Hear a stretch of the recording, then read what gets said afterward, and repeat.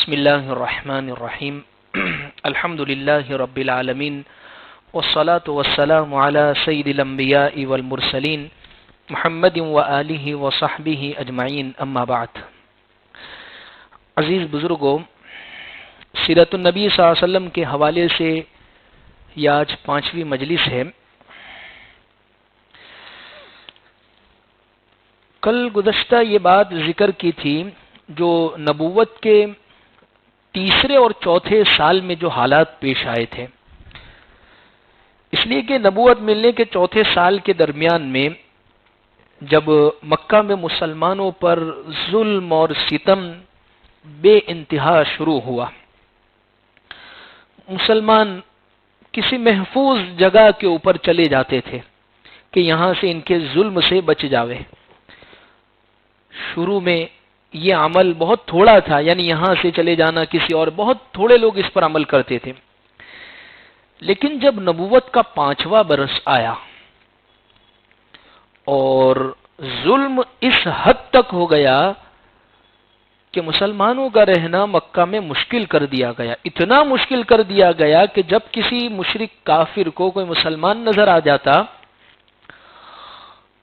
تو اسے کہتے کہ تم اپنے باپ دادا کا دین چھوڑ چکے ہو، ظلم کرتا۔ آج کی زبان میں کہا جاوے تو اس کو پرانے دین کے نعرے لگواتا وہ کہ آپ یہ کہو۔ خیر، سختیاں ہوئی، مسلمان دن بدن مشرکین کی سختیوں کا نشانہ بنتے اور کمزور ہوتے جا رہے تھے۔ ظلم کے پہاڑ اتنے توڑے جاتے تھے کہ کسی نے کہا ہے کہ ظلم کو بھی شرم آ جاوے، اتنا ظلم ان مسلمانوں پر ہو رہا تھا۔ مرد تو مرد، چلو مرد بھی سہ لیوے، لیکن کہاں تک؟ عورتیں، باندیا، عزت دار گھر کی عورتیں، یہ بھی محفوظ نہیں تھی، سب پر ظلم ہو رہا تھا۔ یہ سب دیکھ کر حضور صلی اللہ علیہ وسلم بہت افسوس کرتے، غم کے اندر کڑتے جاتے، لیکن چارہ کار نہیں تھا۔ آپ دور دراز صفا پہاڑی پر موجود ارقم بن ابی ارقم مخزومی کا جو گھر تھا، دار ارقم، اس میں اپنے ساتھیوں کے ساتھ جمع ہوتے، انہیں تسلی دیتے، ان کو سکون پہنچاتے۔ یہ سن 5 نبوی کی ابتدا کی بات چل رہی ہے۔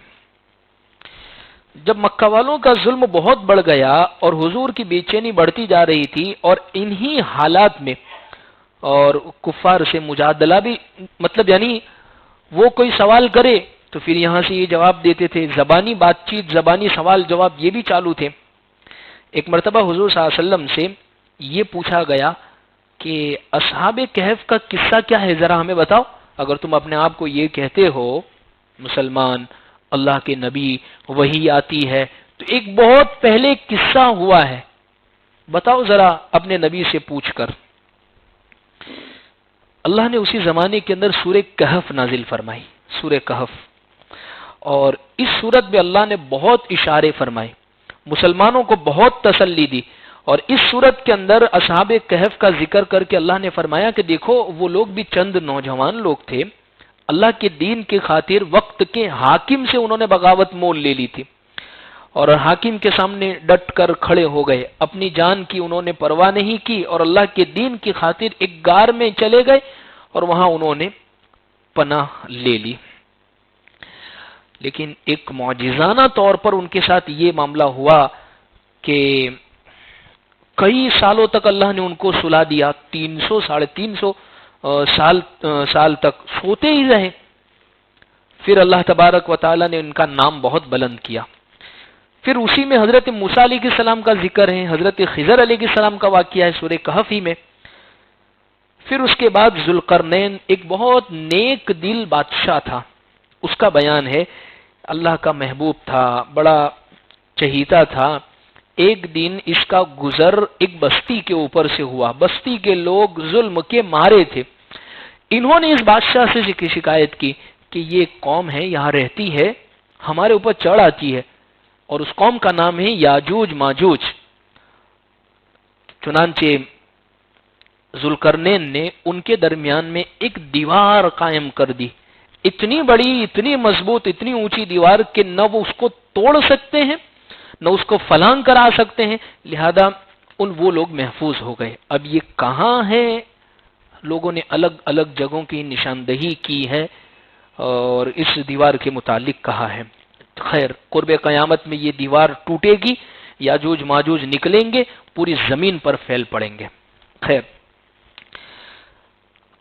دیکھیے اللہ اشارے فرما رہے ہیں سورہ کہف کے ذریعے سے کہ جب ان نوجوانوں کا رہنا ان کی بستی میں مشکل ہو گیا تو انہوں نے بھی اپنا گھر چھوڑا۔ ایک نیک بادشاہ کا ذکر فرمایا کہ کوئی اچھا سمجھدار آدمی ہو، اس کی پناہ لی ہے یہ یاجوج ماجوج کے سامنے جو قوم رہتی تھی۔ حضور صلی اللہ علیہ وسلم نے اشارہ محسوس کر لیا اور اس بات کی فکر کی ان مسلمانوں کو کسی محفوظ جگہ پر بھیج دیا جاوے۔ چنانچہ اس زمانے کے اندر حضور اکرم صلی اللہ علیہ وسلم کو اسمہا یعنی حبشہ کا بادشاہ جس کو نجاشی کہتے ہیں، نجاشی، اس کے بارے میں پتا چلا کہ بہت امن پسند ہے، وہ اپنی رعایا پر ظلم نہیں کرتا ہے، کسی کے حقوق وہاں پر مارے نہیں جاتے ہیں، بہت انصاف والا آدمی ہے۔ آپ نے اپنے صحابہ کو اجازت دی کہ یہ فتنوں سے بچنے کے لیے اور اپنے دین کی حفاظت کے لیے تم یہاں سے ہجرت کر کے چلے جاؤ۔ یہ پہلی ہجرت ہو رہی ہے۔ مدینہ کی جو ہجرت ہم سنتے ہیں وہ دوسری ہجرت ہوئی تھی، دوسری مرتبہ، دوسری جگہ کی ہجرت۔ پہلی ہجرت جو مسلمانوں نے کی ہے وہ حبشہ کی جانب ہجرت کی ہے۔ لہذا سن 5 نبوی میں صحابہ کی ایک جماعت نے ہجرت کی جس میں 12 مرد تھے اور 4 عورتیں تھیں، اور جس کے امیر حضرت عثمان رضی اللہ عنہ تھے، اور ساتھ ہی حضور کی صاحبزادی حضرت رقیہ بھی اس میں تھی۔ تاریخ کا یہ پہلا گروہ تھا جنہوں نے اللہ کے راستے میں اور اللہ کے دین کی خاطر انہوں نے ہجرت کی ہے۔ رات کے اندھیرے کے اندر یہ لوگ روانہ ہوتی ہیں پوری جماعت، اور سمندری کنارہ کی جانب یہ لوگ پہنچتے ہیں۔ اللہ کی شان دیکھے، خوشبختی ان کی، ان کا نصیب اتنا اچھا تھا، جیسے ہی سمندر کے کنارے پر پہنچے وہاں 2 تجارت کی کشتیاں، یعنی جو سامان ادھر سے ادھر لے جاتی ہے، وہ کشتیاں بھی وہاں موجود تھی، لہذا وہ اس میں بیٹھ گئے اور یہ لوگ حبشہ روانہ ہو گئے۔ قریش کو جب پتا چلا کہ ایک جماعت غائب ہے یہاں سے کچھ لوگ، اور خبر ہوتے ہوتے ان تک پہنچ گئی، لیکن اتنی دیر ہو چکی تھی کہ پیچھا بھی نہیں کر سکتے تھے۔ لیکن اس بات پر ان کو بہت افسوس ہوا کہ یہ بہت سکون سے چلے گئے اور یہ اب ان کے شر، ان کی تکلیفوں سے بچ گئے۔ اس بے چینی کا اثر یہ ہوا کہ انہوں نے مسلمانوں پر یہاں جو مکہ میں تھے اور زیادہ ظلم شروع کر دیے، ہر ایک کو ستایا جاتا۔ ایسے میں رسول اللہ صلی اللہ علیہ وسلم نے صحابہ کو پھر ہجرت کرنے کا مشورہ دیا ایک اور مرتبہ کہ اور چند لوگ، لیکن اب یہ یہاں سے ہجرت کرنا یہ آسان نہیں تھی، اس لیے کہ کفار تیار تھے مسلمان کو روکنے کے لیے، تشدد کے سختی کے ساتھ یہ لوگ کھڑے ہوئے تھے۔ لیکن جب اللہ کسی کی مدد کرنا چاہے تو اللہ کی مدد کے سامنے کس کی چلے؟ اس دفعہ مسلمانوں نے بہت تیاری کی، پورا پلان، پورا منصوبہ کیا، اور پھر اس مرتبہ بھی وہ انہوں نے ہجرت کر کے یہاں سے چلے گئے، اور اس مرتبہ 82 یا 83 مرد تھے اور 18 یا 19 عورتیں تھیں اس لشکر کے اندر۔ اس حادثے نے مسلمانوں، جو مکہ کے جو مسلمان تھے، ان کی بے چینی اور بڑھ گئی، اور ان سے کسی پل مسلمانوں کا سکون، یعنی یہ جو مکہ کے جو مشرک تھے وہ بہت بے چین ہو گئے کہ اتنے آرام سے چلے گئے، نیا دین انہوں نے شروع کر دیا، وہاں اطمینان سے رہے۔ خیر، اب انہوں نے مشورہ کیا کرے؟ ان کو پکڑ کے لاؤ، بادشاہ کو لالچ دو، بادشاہ کو تحفے پیش کرو، بادشاہ کے سامنے الٹی سیدھی بات کرو، بادشاہ کو کہو کہ ہمارے یہ بھگوڑے آ گئے ہیں، کسی بھی طریقے سے بس ان کو لے کر آؤ۔ لہذا 2 آدمی جو ان کی قوم کے بڑے تھے، بزرگ تھے، ان کو سب بڑا مانتے تھے، عمرو بن عاص اور عبداللہ بن ربیعہ، یہ دونوں گئے، اور اس لیے کہ اس سے پہلے بہت سارے درباروں میں یہ پہلے جا چکے تھے۔ شاہی جو ادب ہوتے ہیں درباروں کے، وہ الگ طرح کے ہوتے تھے کہ کیسے ادب کو بجا لانا ہے، ہر ایک نہیں جا پاتا تھا، لہذا یعنی جو پروٹوکول ہوتا ہے وہاں کا ان کو سب پتا تھا۔ لہذا انہوں نے نجاشی کے دربار میں پہنچے اور بڑے خوبصورت ہدیے پیش کیے اس کو لبھانے کے لیے بادشاہ کو، اور اپنے جو چیز کی یہ چاہت رکھتے تھے مقصد یہ تھا کہ کسی بھی صورت میں مسلمانوں کو پکڑ کر واپس لے آوے اور ان کو یہاں لانے کے بعد کوئی مدد نہ کرے، ظلم ان کو پہنچایا جاوے، ہر طریقے کی انہوں نے کوشش کی۔ لہذا وہاں پہنچ کر اب بادشاہ کے سامنے یہ اپنا دعویٰ پیش کرتے ہیں۔ کیا کہتے ہیں کہ یہ ہماری قوم کے کچھ نوجوان ہیں، اپنے ہی لوگوں اور ان کے دین سے بغاوت کر کے آپ کے ملک میں کے اندر آ کر پناہ لیے انہوں نے، اور یہ لوگ نہ آپ کا دین مانتے ہیں نہ ہمارے باپ دادا کا دین مانتے ہیں۔ دیکھیے بات کتنی الٹی۔ خیر، وہ نیا دین لے کر آئے ہیں، ایسے میں بادشاہ نے مسلمانوں کو بلایا اور ان سے پورا معاملہ پوچھا کہ بھئی کیا ہے آپ لوگوں کا مسئلہ، اور کہا کہ آپ لوگوں میں سے ایک آدمی رہبر جو ہم سے بات کرے۔ اس موقع پر حضرت جعفر رضی اللہ عنہ نے اسلام کا پورا تعارف پیش کیا، پوری کیفیت اتنے زبردست انداز میں پیش کی۔ اس لیے دیکھیے ضرورت بھی اس چیز کی ہوتی ہے کہ جہاں پر جس موقع پر جس مناسبت سے جس شخص کی ضرورت ہو کہ یہ اس کے لائق ہے اس کو آگے بڑھا دیا جاوے۔ یہ نہیں ہونا چاہیے کہ ہر موقع پر امیر میں ہو بڑا میں ہو میرا ہی فوٹو آنا چاہیے، یہ نہیں ہے۔ اس لیے اللہ کے نبی صلی اللہ علیہ وسلم کی عادت شریفہ تھی، جب درباروں کے اندر بادشاہوں کے پاس خطوط لے کر بھیجتے تھے، ایسے صحابی کو منتخب فرماتے تھے کہ جن کے پہنچنے کے اوپر بادشاہ کے سامنے رعب پڑ جاوے۔ خیر، حضرت جعفر تیار یہ شروع کرتے ہیں، بادشاہ سلامت، ہم جہالت میں پڑے ہوئے تھے، بتوں کی پوجا کرتے تھے، مردار کھاتے تھے، بدکاریاں کرتے تھے، رشتہ داروں سے تعلق توڑتے تھے، پڑوسیوں سے بدسلوکی کرتے تھے، ہم میں کا جو طاقتور ہوتا کمزور کو دبا دیتا تھا۔ ہم اسی حالت میں تھے کہ اللہ نے ہم میں ایک رسول بھیجا اور ان کا نسب بہت اونچا، سچائی ان کے اندر، امانتداری ان کے اندر، پاک دامنی ان کے اندر، ہم کو سب ان کے بارے میں یہ پہلے سے بھی پتا تھا، اور وہ شخصیت نے ہمیں اللہ کی طرف بلایا کہ ہم صرف ایک اللہ کو مانیں اور اسی کی عبادت کریں، پتھروں اور تمام چیزوں کو جو ہمارے باپ دادا پوچھتے تھے اس کو ہم چھوڑیں۔ اور انہوں نے ہمیں مزید یہ سکھایا، سچ بولو، امانت داری ادا کرو، رشتہ داروں کے ساتھ حسن سلوک کرو، پڑوسی کے ساتھ اچھا معاملہ کرو، حرام کاری سے بنو، خون بہانا، برائیاں، یتیم کا مال کھانا، یہ سب چیزوں سے ہمیں روکا، نماز، زکوٰۃ، یہ سب چیزوں کا ہمیں حکم دیا۔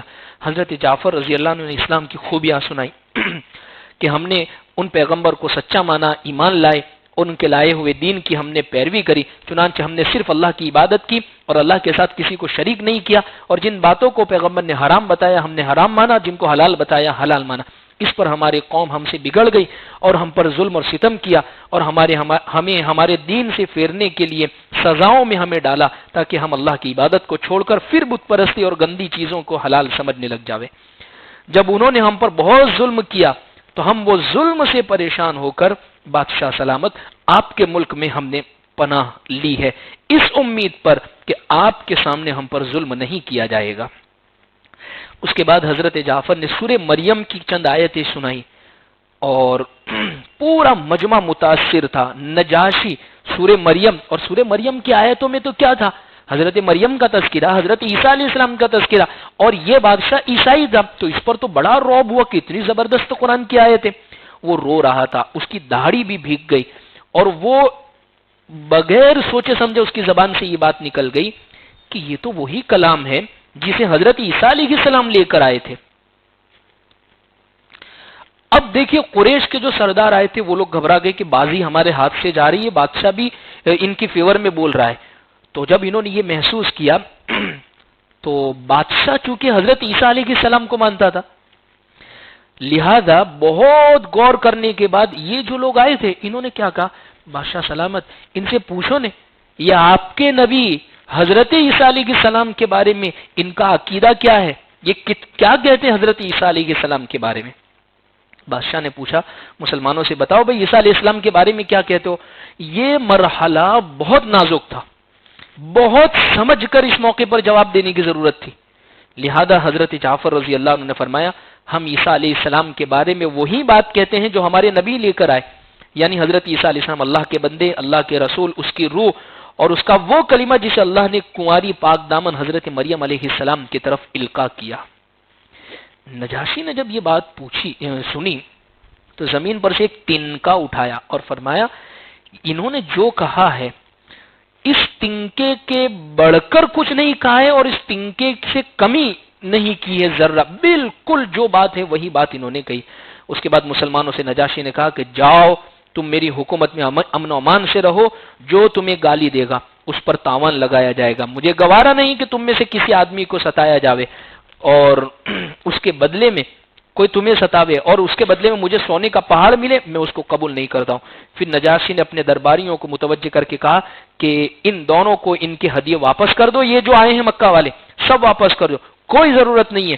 اللہ کی قسم اللہ تعالیٰ نے مجھے میرے ملک واپس کیا اور کوئی رشوت انہوں نے نہیں لی، اور اللہ تبارک و تعالیٰ نے اس طریقے سے مسلمانوں کو وہاں امن عطا فرمائے۔ بہت لمبے زمانے تک مسلمان وہاں چین کی سانس لی، اور قریش کے جو قاصد جو خالی ہاتھ آئے، حضرت ام سلمہ رضی اللہ عنہ جنہوں نے اس واقعے کو بیان کیا ہے، وہ کہتی ہے اس کے بعد یہ دونوں اپنے ہدیے تحفے لے کر اتنے بے آبرو ہو کر واپس آئے، مکہ والوں میں ناک بہت بڑی خطرناک سمجھی جاتی تھی، ان کے ہدیے دے کر ان کو واپس بھیج دیا، یعنی بہت ذلتی کی بات ہو گئی ان کے لیے، لہذا نجاشی کے ملک میں یہ رہے۔ اب یہ پہلی ہجرت جب حبشہ کی ہوئی، اسی سال ایک اور واقعہ یہ پیش آیا یہاں مکہ میں۔ نبی صلی اللہ علیہ وسلم خانہ کعبہ میں قریش کے ایک بہت مجمع کے سامنے، بڑا مجمع تھا قریش کا، وہاں حضور صلی اللہ علیہ وسلم ایک سورت پڑھ رہے تھے، سورہ نجم، والنجم اذا ہوا، اور ان کے کانوں میں انتہائی خوبصورت اور عظمت والا کلام پڑھ رہا تھا۔ عرب وہ اس زبان سے واقف تھے، ان کو خبر ہے یہ کیا پڑھا جا رہا ہے، شعر شاعری تو بیٹھے بیٹھے بنا لیتے تھے، ان کو سوچنے کی ضرورت نہیں پڑتی تھی، اور عربی زبان تو ان کی مادری زبان تھی۔ جب انہوں نے یہ قرآن سنا تو یہ تو اللہ کا کلام ہے۔ جب اس قرآن کے اندر آخری آیت جو سجدے والی آیت ہے، اللہ جس میں فرماتے ہیں سجدہ کرنے کو، جیسے ہی آیت سنی تو حضور نے سجدہ کیا، یہ کفار بھی اپنے آپ کو نہیں روک پائے اور فوراً وہ بھی نبی کے ساتھ سجدے کے اندر پڑ گئے۔ خیر، اب یہ واقعہ ہوا، اور اب دیکھیں کیا ہوتا ہے کہ جیسے اب یہ واقعہ ہوا، کفار سجدے میں ہو، تو ایک گھر میں بات چلی کہ وہ بھی سب سجدے میں پڑ گئے، پھر دوسرے کے بعد میں بات چلی، وہ لوگوں نے سجدہ کر لیا، پھر تیسرے کے پاس پہنچا، انہوں نے بھی ایمان قبول کر لیا، ہوتے ہوتے حبشہ میں یہ خبر پہنچ گئی کہ مشرکین مکہ بھی ایمان لے آئے، اور وہاں بہت شانتی ہو گئی ہے، لہذا اب چلو سب کے سب واپس اپنے مکہ چلتے ہیں۔ اصل خبر حالات معلوم نہیں تھے مسلمانوں کو، چنانچہ انہوں نے شوال کے مہینے میں مکہ واپس آئے، لیکن جب مکہ سے کچھ ہی دور پہنچے تھے تو ان کو پتا چل گیا حقیقت میں کہ بات تو یہ ہے کہ وہ لوگ ایمان نہیں لائے، تو ایک واقعہ پیش آیا۔ چنانچہ کچھ لوگوں نے کہا کہ ہم تو واپس حبشہ چلے جاتے ہیں، کچھ لوگ چھپ چھپا کر مکہ المکرمہ میں اپنے رشتہ داروں کے یا اپنے گھروں میں واپس پہنچ گئے۔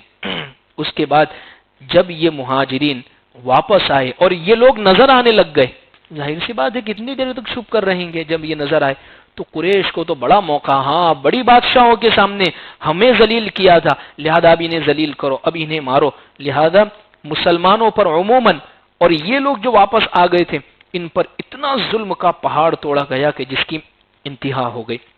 اس کے بعد نبی صلی اللہ علیہ وسلم نے پھر سے حبشہ کی ہجرت کرنے کا حکم دیا۔ اس دفعہ 82 یا 83 مرد اور 18 یا 20 عورتوں نے ہجرت کی ہے۔ یہ سن 5 اور 6 ہجری کے اخیر کے واقعات چل رہے ہیں۔ اب دو اہم واقعات سن 6 ہجری میں پیش آئے، بڑے زبردست واقعات، یعنی اب اسلام کی عزت، اب اسلام کا غلبہ، یعنی اصل تو مدینہ میں ہے لیکن دو بہت بڑی طاقتور ہستیاں اب مسلمان ہو رہی ہیں اور اسلام قبول کر رہی ہے۔ نبوت کا 6واں سال ہے، اللہ کے نبی صلی اللہ علیہ وسلم صفا پہاڑی پر ہے، ابو جہل وہاں سے گزرا تو پورا کھنس میں پڑا ہوا، اور جیسے کہ نبی صلی اللہ علیہ وسلم کو دیکھ لیا تو پھٹ پڑا، گالیاں دینا شروع کر دی۔ اللہ کے نبی نے کوئی جواب نہیں دیا۔ ہوتا ہے نا بعض مرتبہ جس پر آدمی غصے ہوتا وہ بولتا کیوں نہیں ہے، کچھ بولے تو اور زیادہ اس پر میں سختیاں کرو، لہذا جب حضور نے کوئی جواب نہیں دیا تو اس کے ہاتھ میں ایک ڈنڈا تھا، نعوذ باللہ حضور کو ماننے لگ گیا، خون پورے جسم کے اوپر ہو گیا۔ اللہ کے نبی صلی اللہ علیہ وسلم خاموشی کے ساتھ گھر تشریف لے آئی، حالت یہی تھی۔ اتنے میں اللہ کی شان دیکھے، شیر ببر حضرت امیر حمزہ رضی اللہ عنہ، حضور کے چچا، بڑی محبت کرتے تھے آپ سے لیکن ابھی تک ایمان نہیں لائے، جنگل میں شکار کرنے کے لیے گئے ہوئے تھے، گھر پر واپس آئے تو مزاج دیکھا کہ یہ کیا ہوا، شہن کعبہ کے اندر آئے تو دیکھا کہ یہ لوگ ہنسی مذاق کر رہے ہیں، یعنی یہ واقعے کو بیان کر کے ابو جہل ٹھٹا کر رہا تھا کہ آج تو یہ ہوا، یہ کر ڈالا۔ حضرت امیر حمزہ کو بڑا غصہ آیا، اور ابھی تو واپس آئے ہی تھے شام کو شکار کر کے کہ عبداللہ ابن جدعان کی ایک کنیز جس نے ابو جہل کے ظلم و ستم کا دل خراش منظر، یہ جو ظلم وہ پورا کے پورا اپنی آنکھوں سے دیکھا تھا، اور ان کا راستہ روک کر کھڑی ہو گئی حضرت حمزہ کا، اور کہنے لگی ابو عمار، آج تو ابو جہل نے تمہارے بھتیجے کے اوپر بہت وحشیانہ سلوک کیا، پہلے گالیاں دی اور پھر حضور جب خاموش رہے تو خون سے لہو لہان کر دیا۔ حضرت حمزہ کے تن بدن میں آگ لگ گئی، غصے کے اندر آگ بگولا ہو کر ابو جہل کا راستہ لیا، اور آج ان کی کیفیت الگ ہی تھی۔ حمزہ کا مطلب ہوتا ہے شیر ببر، اب وہ صفت ببر شیر والی لوٹ آئی ان کے اندر، گئے نہ کسی محفل میں کھڑے ہو کر کسی کو سلام کر رہے ہیں، بس ابو جہل کہاں ہے پوچھ رہے سب کو، ابو جہل کہاں ہے؟ تو کسی نے بتایا، اور آخر میں نظر پڑ گئی حضرت حمزہ کی کہ وہ کونے کے اندر بیٹھا ہوا ہے۔ جیسے ہی نظر پڑی شان و شوکت کے ساتھ حضرت حمزہ وہاں پہنچے، اور ایک جنگجو تھے حضرت حمزہ تو مجمع میں گھس گئے، جاتے ہی وہ کمان جو ہاتھ میں تھی اس کے سر پر زور سے ماری ابو جہل کے، اس کا سر پھٹ گیا، سردار کو ماری، خون بہنے لگا، اور گرجتے ہوئے لہجے میں کہا ابو جہل تیری یہ مجال کہ تو نے میرے بھتیجے کو گالیاں دی، سن لے میں نے بھی اس کا دین قبول کر لیا ہے، اگر تجھ میں ہمت ہے تو آ اور میرا راستہ روک کر بتا۔ خیر یہ رسوائی سب کے سامنے پورے مجمع کے اندر اس کی تو ناک کٹ گئی، حضرت حمزہ نے اس کو سرے عام ذلیل کر دیا۔ اب یہ اتنا بڑا واقعہ پیش آیا، اللہ کے نبی صلی اللہ علیہ وسلم بہت خوش ہو گئے۔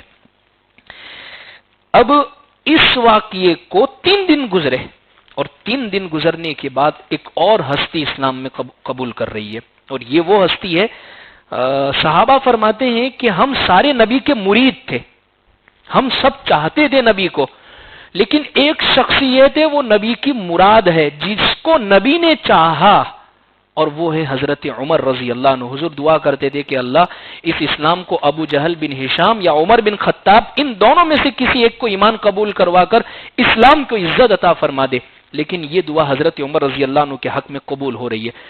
حضرت عمر رضی اللہ عنہ بہت سخت دشمن اسلام تھے۔ اچھا مکہ میں ابو جہل نے بھی یہ تھوڑی بہت ہمت کی، لیکن اس کی یہ ہمت نہیں تلوار نکال کے مارنے کے لیے چلا جائے۔ حضرت عمر رضی اللہ عنہ جا رہے مارنے کے لیے، راستے کے اندر پتا چلا ایک صحابی ملے حضرت نعیم بن مسعود، ان سے پوچھا بھائی عمر کہاں جا رہے ہو اتنے غصے میں؟ کہا کہ آج تو نہ رہے گا بانس نہ رہے گی بانسری، آج تو میں کام تمام کر دوں گا۔ کس کا کام تمام کر دوں گے؟ نعوذ باللہ حضور کو شہید کر دوں گا آج۔ انہوں نے بہت مکہ کے اندر بدامنی پھیلا دی۔ حضرت نعیم نے کہا کہ پہلے جا کے اپنے گھر کی خبر لو، تمہارے گھر پر کیا ہو رہا ہے جا کر دیکھو، تمہارے بہن اور بہنوں ہی مسلمان ہو گئے۔ حضرت عمر یہاں حضور کو روکنے کے لیے جا رہے اور یہاں بہنوں ہی مسلمان ہو گئے، فوراً گھر پر گئے، دروازہ کھٹکھٹایا، پتا چل گیا بہن کو کہ بھائی آ رہے، قرآن شریف پڑھ رہے تھے، دونوں بیٹھ کر چھپا دیا کسی جگہ پر۔ حضرت عمر نے کہا کہ بھائی کچھ آواز آ رہی تھی، کچھ نہیں کہا۔ اب ظاہر سی بات ہے حضرت عمر کی بات، حضرت عمر نے مارا جو مارا، لیکن ان کے بھی رگ کے اندر خطاب کا خون دوڑ رہا تھا، حضرت عمر والا ہی خون تھا۔ انہوں نے کہا کہ عمر بھائی چاہے ہماری جان لے لو لیکن ہم یہ دین نہیں چھوڑیں گے۔ جب یہ جذبہ دیکھا تو حضرت عمر بھی پسیج گئے، پگھل گئے۔ کہا کہ بہن کیا پڑھ رہے تھے؟ کہا کہ انک نجس علی شرکک، آپ ناپاک مشرک ہونے کی وجہ سے آپ پہلے وضو کریے، غسل کریے۔ حضرت عمر نے غسل کیا، وضو کیا، اس کے بعد پڑھایا طٰہٰ ما انزلنا علیک القرآن، ایک ایک آیت پڑھتی جا رہی ہے۔ حضرت عمر کا دل اسلام کی طرف متوجہ ہو رہا ہے۔ کہا کہ نبی کہاں ملیں گے؟ نبی کہاں ملیں گے؟ کہا دار ارقم میں، وہی تلوار ہاتھ میں ہے، وہی چہرہ ہے، اور اسی طریقے سے جا رہے ہیں۔ صحابہ کرام نے حضرت عمر کو آتے ہوئے دیکھا، سب ڈر گئے، عمر آ گئے، عمر آ گئے، پتہ نہیں تلوار بھی ننگی ہاتھ میں، اب کیا ہوگا؟ حضرت حمزہ نے کہا اگر نیک ارادے سے آ رہا ہے تو ٹھیک ہے، ورنہ اس کی تلوار سے اسی کو ختم کر دوں گا۔ حضرت حمزہ بھی اندر موجود ہے۔ جیسے ہی آئے فرمایا اللہ کے نبی مجھے بھی کلمہ پڑھا کر مسلمان کر دیجئے، اور فوراً حضرت عمر رضی اللہ عنہ نے کلمہ پڑھا کہ میں گواہی دیتا ہوں کہ آپ اللہ کے رسول ہیں، اور میں گواہی دیتا ہوں اللہ کے سوا کوئی معبود نہیں۔ حضور نے اور صحابہ نے اتنا زور سے نعرہ تکبیر بلند کیا کہ آسمان اور زمین لرز اٹھے، اس لیے کہ حضرت عمر رضی اللہ عنہ مسلمان ہو گئے۔ خیر یہ سن 6 ہجری نبوی کا بڑا اہم واقعہ، ان 2 ہستیوں کا ایمان لانا۔ اس کے بعد تو حضرت عمر رضی اللہ عنہ جب مسلمان ہو گئے، خانہ کعبہ کے بالکل بیچوں بیچ میں آ کر کہا کھلم کھلا نماز پڑھ رہے ہیں، اس لیے کہ حضرت عمر کو روکنے کی ہمت کس کو ہو۔ تو یہ سن 6 نبوی کے چند اہم واقعات تھے، لیکن ابھی مشکلیں کم نہیں ہوگی، ابھی تو بہت بڑی گھاٹیوں سے اور وادیوں سے گزرنا ہے۔ یہ جو نبوت ملنے کے بعد مکہ میں جو زندگیاں ہیں وہ بڑی مشکل ہے۔ یہ 6 نبوی تک کے میں نے حالات ذکر کیے، سن 7 8 آگے کے جو حالات آئندہ ذکر کریں گے۔ وآخر دعوانا الحمدللہ رب العالمین۔